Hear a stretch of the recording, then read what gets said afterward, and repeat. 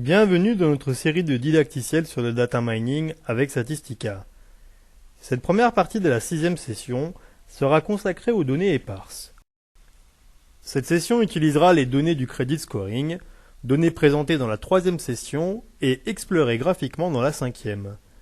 Si vous n'avez pas vu ces sessions, je vous invite à les visionner au préalable. Aucune base de données n'est jamais parfaite. Il est très fréquent de rencontrer des données manquantes. Dans le cadre du data mining, ces données manquantes peuvent poser un certain nombre de problèmes et ont besoin d'être traitées. Nous allons dans cette session nous focaliser sur ce problème. Après avoir abordé l'origine de ces données, nous évoquerons la manière de traiter les données éparses. Avant de nous consacrer aux données éparses et autres valeurs manquantes, nous devons dans un premier temps identifier la cause des données manquantes. Parfois, les données manquantes sont peut-être tout simplement une modalité d'une variable que nous n'avons pas renseignée. Par exemple, la variable sexe peut être renseignée pour la modalité homme, mais pas pour la modalité femme.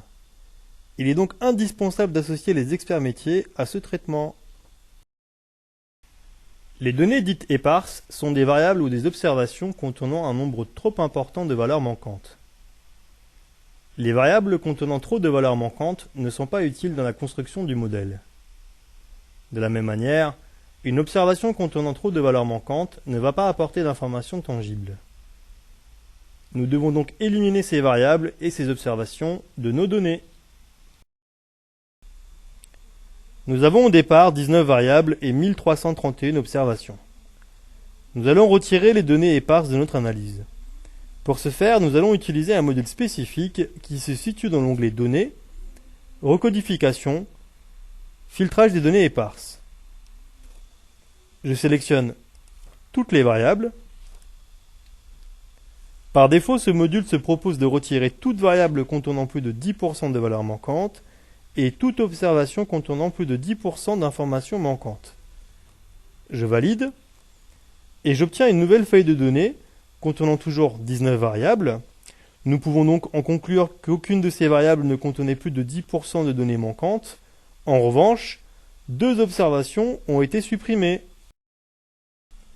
Maintenant que nous avons éliminé les données éparses de nos données de credit scoring, nous allons pouvoir, dans la prochaine session, nous consacrer au traitement proprement dit des valeurs manquantes. Pour plus d'informations sur Statsoft et ses produits, notamment Statistica Data Miner, n'hésitez pas à visiter notre site internet statsoft.fr ou nous contacter par téléphone au 01 45 185 999. Pour vous abonner à notre série de didacticiels, rendez-vous sur statsoft.fr/dmv. Sur ce, je vous dis à la prochaine session.